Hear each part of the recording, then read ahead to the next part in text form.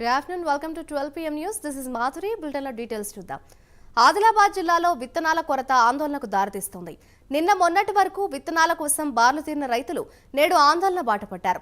కృత్రిమ విత్తనాల కొరతను డీలర్లు సృష్టిస్తున్నారని ఆదిలాబాద్లోని జాతీయ రహదారిపై బైఠాయించి ఆందోళన చేపట్టారు. రైతుల ఆందోళనతో రహదారికి ఇరువైపులా భారీగా వాహనాలు నిలిచిపోవడంతో ట్రాఫిక్కు అంతరాయం ఏర్పడింది. ఘటనా స్థలానికి చేరుకున్న పోలీసులు రైతులకు నచ్చజెప్పే ప్రయత్నం చేస్తున్నారు.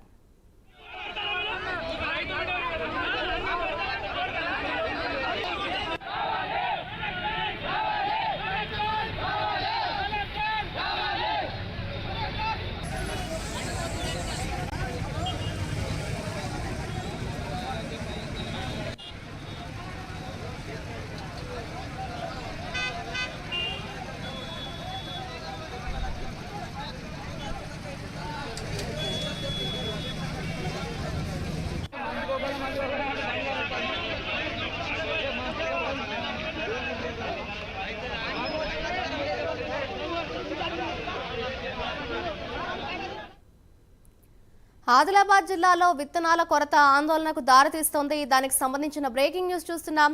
నిన్న మొన్నటి వరకు విత్తనాల కోసం బార్లు తీరిన రైతులు నేడు ఆందోళన బాటపట్టారు. కృత్రిమ విత్తనాల కొరతను డీలర్లు సృష్టిస్తున్నారని ఆదిలాబాద్లోని జాతీయ రహదారిపై బైఠాయించి ఆందోళన చేపట్టారు. రైతుల ఆందోళనతో రహదారికి ఇరువైపులా భారీగా వాహనాలు నిలిచిపోవడంతో ట్రాఫిక్ కు అంతరాయం ఏర్పడింది.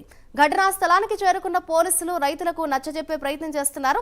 ఇదే అంశంపై మరింత సమాచారాన్ని మా ప్రతినిధి చంద్రశేఖర్ అందిస్తారు. చంద్రశేఖర్, చెప్పండి, ప్రస్తుతం అక్కడ జాతీయ రహదారిపై సిచ్యువేషన్ ఏ విధంగా ఉంది అండ్ రైతుల ఆందోళన స్టిల్ కొనసాగుతూనే ఉందంటారా?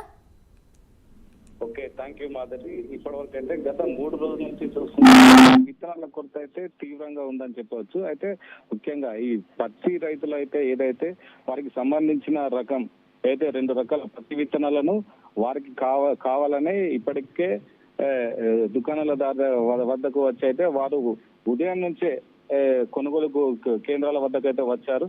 అయితే ఒక గంట సేపట్లోనే నో స్టాక్ బోర్డు పెట్టడంతో పత్తి రైతులు ఆవేదన గురి చేశారు. కొంతమందికి కావాలనే కృత్రిమంగా ఈ విత్తనాలను ఇటు మహారాష్ట్రకు తరలిస్తున్నాం. మహారాష్ట్రలో అధిక ధరలు వస్తాయని ఇక్కడ ఉన్న మార్కెట్ కు ఉంటే మహారాష్ట్రకు అధిక ధరలు వస్తాయి కాబట్టి అక్కడ మార్కెట్ మహారాష్ట్రకు తరలిస్తున్నారు అని పత్తి రైతులు అయితే ఆవేదన వ్యక్తం చేస్తున్నారు. అదే ఉదయం నుంచి ఇటు ఆదిలాబాద్ జిల్లాకు అయితే ఈ పంజాబ్ చౌక్ గానీ కిషన్ చౌక్ గానీ భారీగా రైతులు వచ్చి ఈ దుకాణాల వద్ద అయితే వేచి పడిగాపులు కాస్తున్నారు. ఉదయం తోటి కూడా ఇటు ఆడవాళ్ళు కూడా ఉదయం నుంచే ఇటు ఆధార్ కార్డులతోటి వచ్చి పడిగాపులు అయితే కాస్తున్నారు. వారికైతే ఎవరికైతే ఇంకా పత్తి విత్తనాలు అయితే అందలేదు. అయితే వారైతే తీవ్ర ఆగ్రహానికి గురి అయ్యి రోడ్డుపై అయితే బైఠాయించారు. పోలీసులు వారికి నచ్చజెప్పే ప్రయత్నం అయితే చేస్తున్నారు.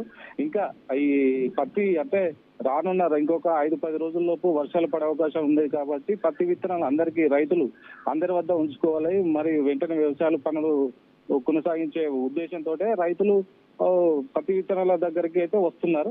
అయితే ఇదే క్రమంలో అయితే వారు ఇటు మహారాష్ట్రకు తరలించి వారికి అధిక ఆదాయం కోసం అయితే వేచి చూస్తున్నారని చెప్పవచ్చు. అయితే ఇప్పటికైతే పోలీసులు కానీ నిన్న ఏదైతే ఆదిలాబాద్ జిల్లా కలెక్టర్ గానీ ఇటు ఆదిలాబాద్ జిల్లా ఎస్పీ గారు కానీ ఇప్పటికి వారు పత్తి విత్తనాల యజమాని షాప్ దగ్గరికి వెళ్లి తనిఖీలు చేశారు. ఇటు జిల్లా వ్యాప్తంగా కూడా ఇటు కలెక్టర్లు కూడా తనిఖీలు చేస్తున్నారు.